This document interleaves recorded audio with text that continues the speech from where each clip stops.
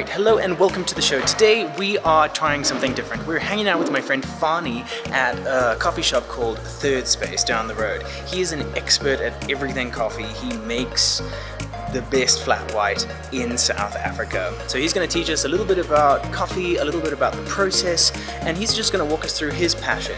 So come on, man, let's get it.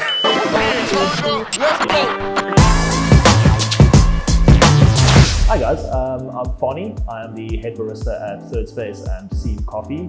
And today I'm going to talk to you guys a little bit about the different types of coffee and the different types of flavor that we can perceive in coffee. So to illustrate this, we're going to set up a little coffee tasting.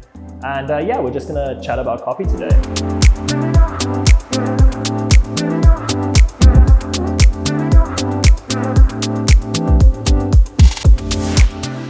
So I just think it's super cool that we're hanging out with people that literally live their passion and just want to share it with people like you, people that are interested in finding out a little bit more about it.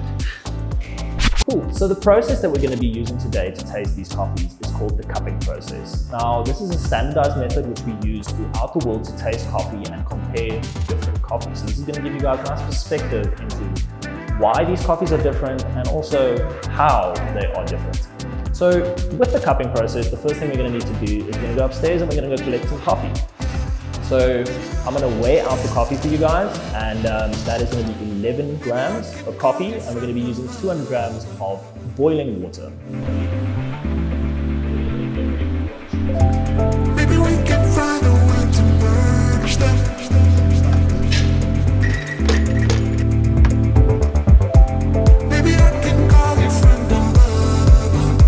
Seriously, if you guys didn't know already, I am a huge coffee fan. I absolutely love it. And I love hanging out with people that can teach me something more about it. So, I mean, Fannie is just amazing. Check out what he's doing. So we've got to boil the kettle, get it nice and hot, nothing below boiling. Do remember that at higher altitudes, your boiling point actually drops down a little lower. So that's something to keep an eye on. If you're at sea level, you're going to be able to use water at around 98, 99 degrees centigrade, whereas at places a little higher above sea level, you're going to hit like 96, 95 degrees centigrade. I'm just going to take a pass over these cups, give it a sniff. I'm going to bring the cup to my nose, just give it a tap on the side to release those aroma precursors. This little bit of agitation just allows those aromas to escape the cup, and you know, they're all around floating there for my nose to pick up. So the next thing that I'm going to do is I'm going to saturate all of these cups with water, pouring water nice and hard onto the coffee, ensuring that there's no clumps of dry coffee. You want to make sure that you get everything nice and saturated. So just touching on that again, once again, the recipe for cupping is anywhere between 12 and 12.5 grams of coffee to 200 mils of boiling water. Now we're going to wait, we're going to let this coffee rest for about 4 minutes. So the next thing that I'm going to do then is I'm going to break the crust. Now while I do this, I'm going to bring my nose to the cup and inhale some of those aroma precursors, getting down there. As I push the spoon forward, you're going to see the crust that is formed on top of the cup drop down to the bottom, and we're going to see just a nice flat surface of liquid. So after breaking the crust, I'm going to take these 2 spoons. I'm going to clean this layer of crema on top of the cup. Now this is called, this is all of the impurities that we find in coffee. So this floats to the top, and I remove this so that it doesn't ruin my perception of the coffee's flavor. After cleaning the brews, we're just going to wait a couple more minutes, about 4 minutes, just to let the cups cool to a drinkable temperature. So you'll find that as coffee cools, it's going to release more flavor. The temperature actually masks a lot of the flavor because our palates can only pick up flavor from about 65 or so degrees centigrade and properly understand what we're tasting. Whereas if it's hotter than that, our minds are more focused on the temperature as opposed to the flavor variable of what we're tasting.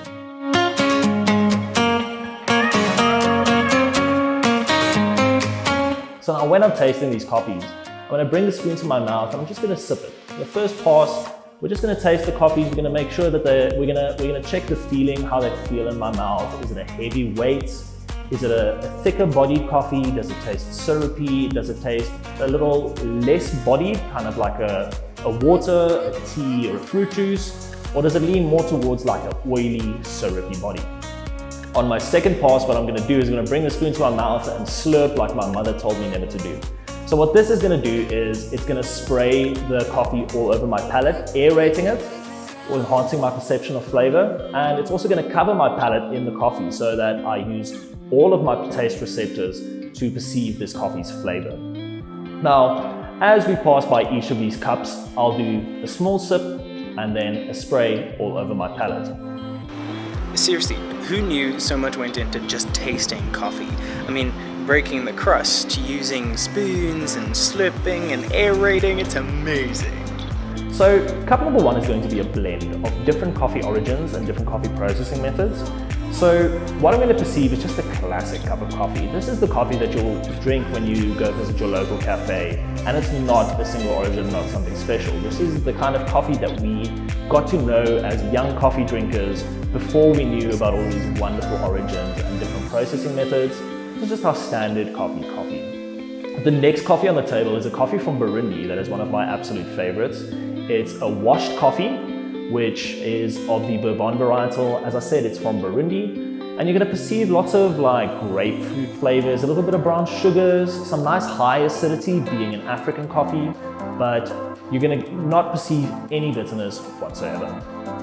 Cup number three is gonna be a honey processed Kalimbi from Rwanda, Kalimbi being the washing station which this coffee was processed at. Now the honey process, it enhances your complex sweetness, so you're gonna get a lot of like syrups and caramels, but you're also gonna perceive a lot of fruit sweetness, still being coffee, but a little bit more enhanced as from the processing. Cup number four is a phenomenal coffee from Ethiopia, which was processed naturally. And what you're going to perceive from the natural process is a lot more artificial sweetness. You're going to get some nice grape flavors from this coffee, and you're going to get a really nice thick syrupy body as you roll this coffee around your tongue. It is an absolutely wonderful experience. And then the final cup on the table is good old decaf. Just to give you guys a bit of contrast, so with decaffeinated coffee, we are removing an element from our coffee, so we're going to lose some level of flavor. But being a decaf does not mean it is a bad coffee. You're just going to experience a little less intensity on that flavor. It's still going to have a really nice body. It's going to have some chocolate flavors. You're going to have a little bit of like fruit sweetness being an African decaf. And then, yeah, so it's just a phenomenal coffee. Still no bitterness present whatsoever. And just a little less intense than the other coffees on the table. Okay, so thank you so much for joining us today. I feel like I learned a lot. FANNIE is just so super cool and so easy to talk to. It's amazing just speaking to people that really just live what they love. So next week on Before the Bucket, we're going to be with FANNIE again, and we are going to be learning about the different types of coffee that you can expect at your local coffee shop, how they're made, what they're supposed to taste like, and I'm looking forward to it. I've always wanted to know the difference between a flat white and a cappuccino and a latte. Let's get it!